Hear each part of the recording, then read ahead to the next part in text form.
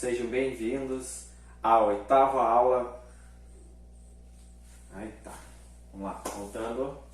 Olá pessoal, sejam bem-vindos à oitava aula da oficina teatral. Eu sou o instrutor Jonathan Coelho.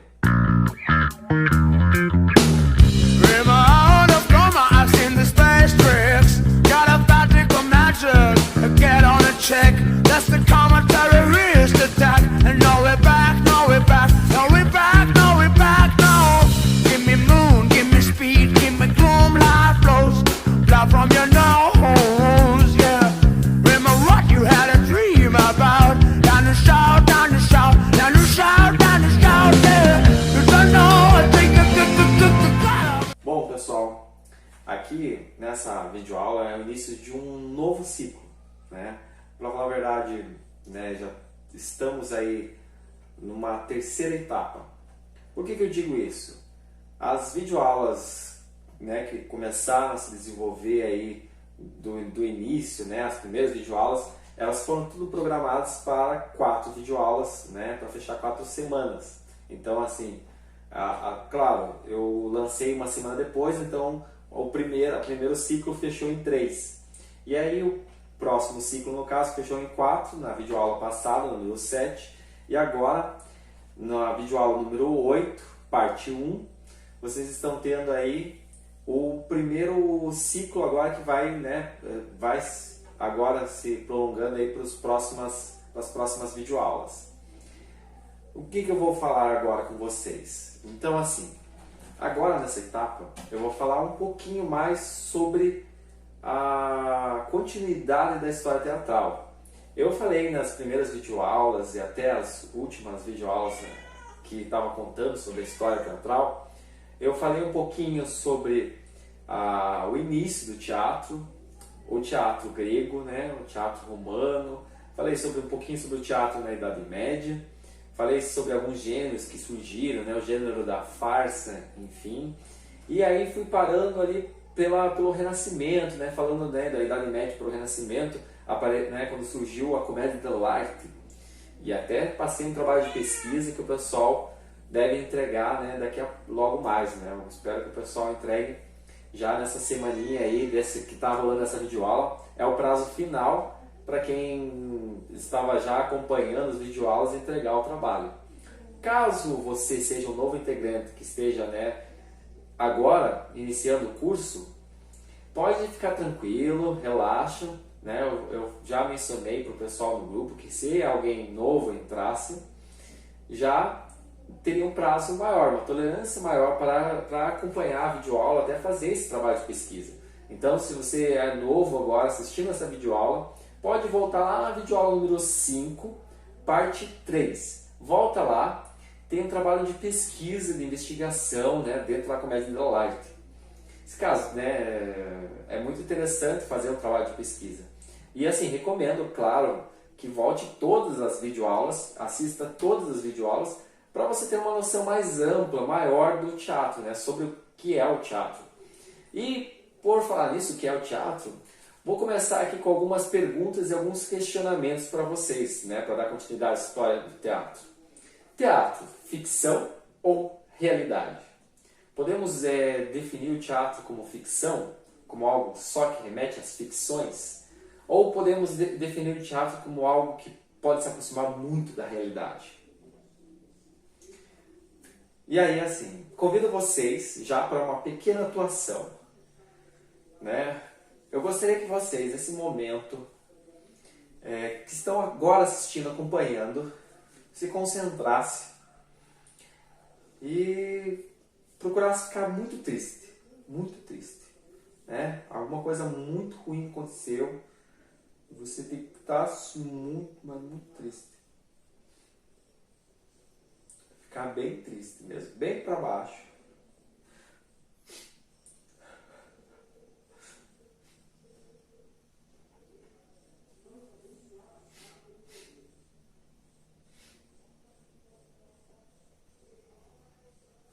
Ok. E agora, uma coisa muito boa aconteceu. Então, você está super alegre, está alto astral, está tão alto astral que está dando risada.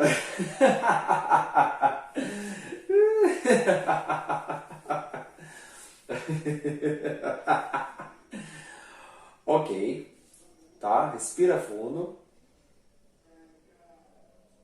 Vimos aqui uma pequena atuação, né? Eu espero que vocês também tenham feito uma pequena atuação. O que a gente podemos pensar? O ator, ele é um fingidor? Ele finge as coisas?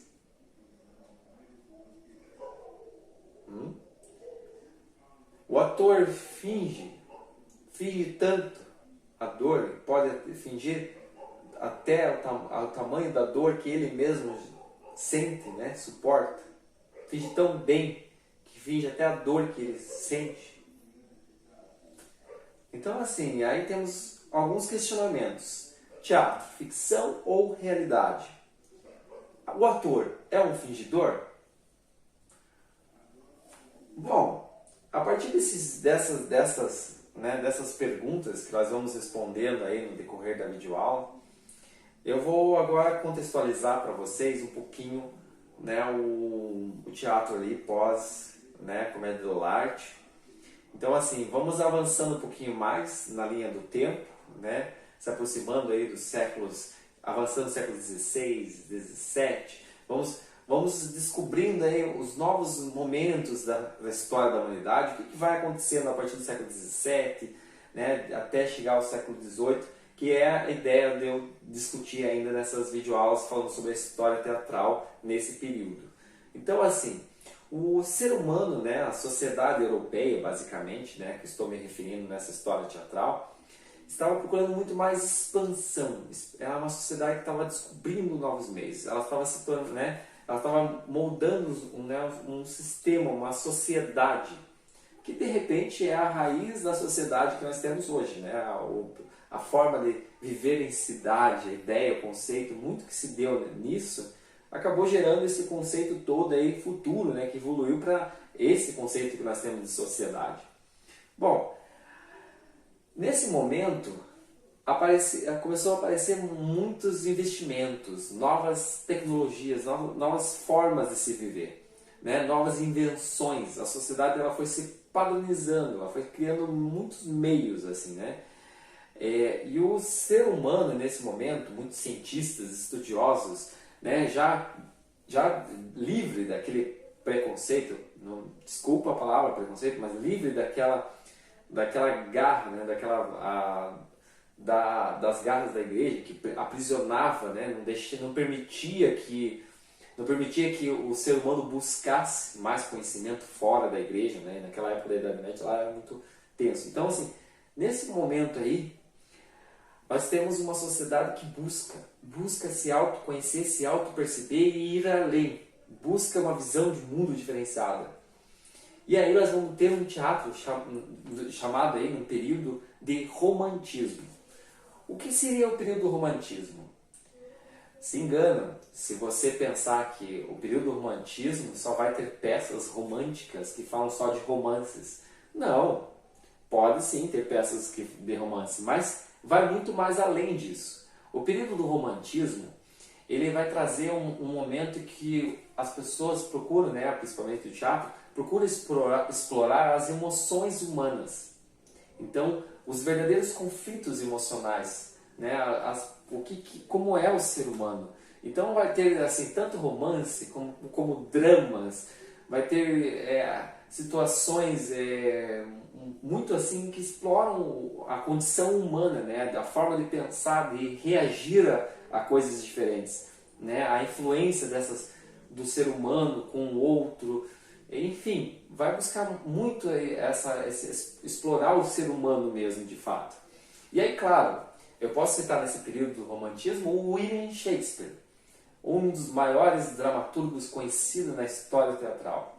Ele procurou muito explorar essas coisas pequenas, né? Pequenas que muitas vezes eram deixadas de lado. Esse olhar voltado para o ser humano, voltado para a emoção, no caso. Eu disse pequena só como uma forma assim de expressar como era ignorado, há um bom tempo atrás.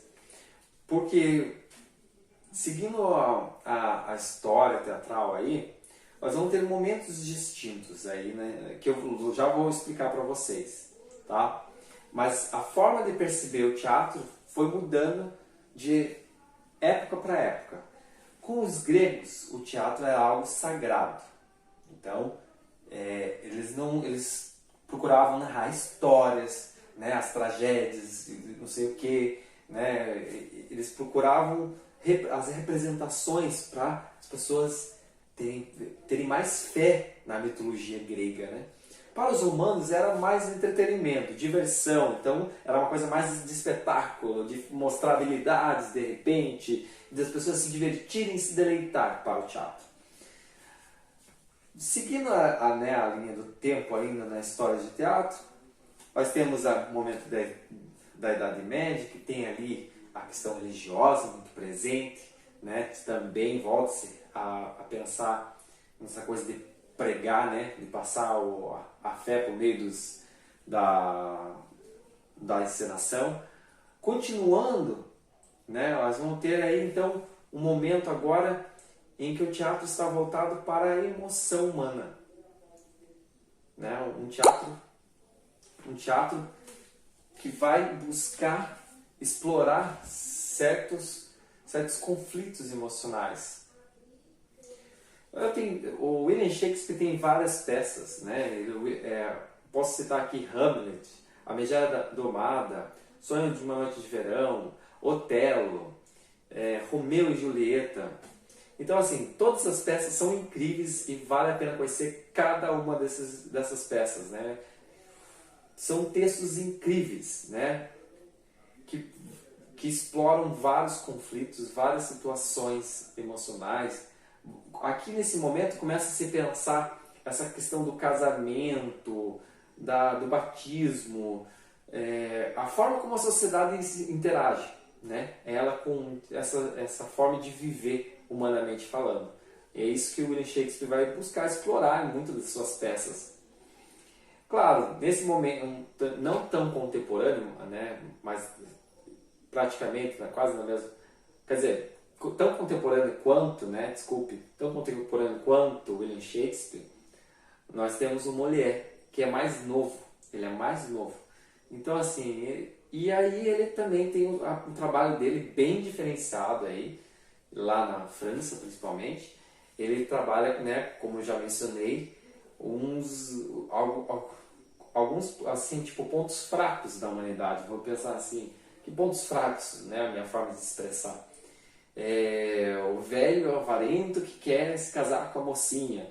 Então, os falsos beatos, né, tipo os falsos padres que tinham toda uma conduta errada, né, e pregavam uma coisa. Enfim, essas situações Molière explorava muito nas suas peças, por meio de um contexto, né, ele fazia peças satíricas. Então, eram muito engraçadas e divertidas e faziam as pessoas pensarem sobre o que estava acontecendo, né? Então, também nesse período aí do romantismo que segue, muito interessante pesquisar e explorar. E eu falei muito pouco do William Shakespeare, né? O William Shakespeare ele foi ator, dramaturgo, ele dirigiu um teatro chamado Globe. O Globe é um teatro que tem uma estrutura diferente, uma forma diferente. Ele é um teatro que parece basicamente uma arena fechada. E por falar no quanto mudou vamos pensar assim, até a arquitetura, né, a forma de se pensar e de se ter teatro. Nós temos aí um teatro lá na Grécia Antiga, uma arena aberta, né, ao ar livre, e aí com o passar do tempo o teatro vai indo, né, que nem nesse momento do Globe, e em outros momentos, que nem, né, com o Molière também, vai indo para salas fechadas com iluminação de vela. E os próximos momentos da sociedade começam a explorar, né, a tecnologia, e essa tecnologia vai sendo passada para o teatro. E aí vai acontecendo uma modernização no teatro, um investimento muito grande, muito grande. Conforme vai acontecendo esse investimento no teatro, a sociedade também está se moldando, está se adaptando, e já foi mencionado que o teatro é um reflexo da vida. Então, assim, nesse momento da sociedade, aí, nesses próximos passos, vai surgir o termo, né, burguês. Né? Falamos, em outras palavras, da burguesia também, né? Um conjunto de pessoas. E aí também tem mais um questionamento para vocês. O teatro é para burgueses? O que é o burguês? Bom, se vocês forem procurar no dicionário, né, o termo burguês se refere às pessoas que vivem no burgo. O burgo é um termo que apareceu naquele momento, há um tempo atrás, né, lá pelo século XVII, para o XVIII praticamente. O burgo ele era o lugar dos centros das cidades, os centros urbanos. E burgueses eram normalmente então, as pessoas que moravam ali no centro da cidade, que tinham, né, tinham certos poderes, certos comércios, tinham, né, seu meio de sobreviver a partir do capital. E aí, claro, nesse sentido, as pessoas foram se enriquecendo dos centros urbanos e conforme elas foram se enriquecendo, elas foram controlando a economia local. A economia local e depois, né, foi se ampliando isso. Então os burgueses ganharam muito essa voz, essa possibilidade de opinar sobre as coisas. Né? Então aí surgiu uma sociedade diferente. E essa sociedade diferente também começa a abraçar o teatro também. Né? Nesse momento de como a vida foi se aburguesando, o teatro também foi se aburguesando. Então, nesse momento especificamente, há muito investimento, principalmente existem patrocínios em relação ao teatro, ao ator, ao se fazer teatro. Vão começar a surgir as primeiras companhias de teatro totalmente particulares. Né? Então, assim, o mundo começa a se ampliar as portas, as possibilidades em relação ao teatro. E as tecnologias começam a aparecer cada vez mais dentro do teatro. Da luz de vela, logo vai passar para gás, né? E depois do gás, mais para frente, nós vamos ter, né, finalmente a luz elétrica. Mas calma, ainda naquele tempo ainda do romantismo, nós temos ainda muitos espetáculos com a iluminação à base de vela. E isso, assim, tem toda uma estética, né? A palavra estética está relacionada à forma como você vê aquela obra de arte.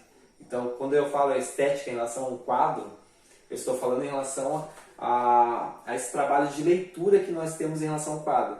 E aí, uma estética de um espetáculo feito tudo de vela, nós vamos ter um olhar diferente. E aí, depois que esse espetáculo deixar de ter velas e ter uma iluminação a gás, né, mais para frente ter uma iluminação de uma forma diferente, com de repente até mesmo a luz elétrica que vai aparecer bem mais para frente, muda totalmente a estética, né, a forma como nós vemos o teatro.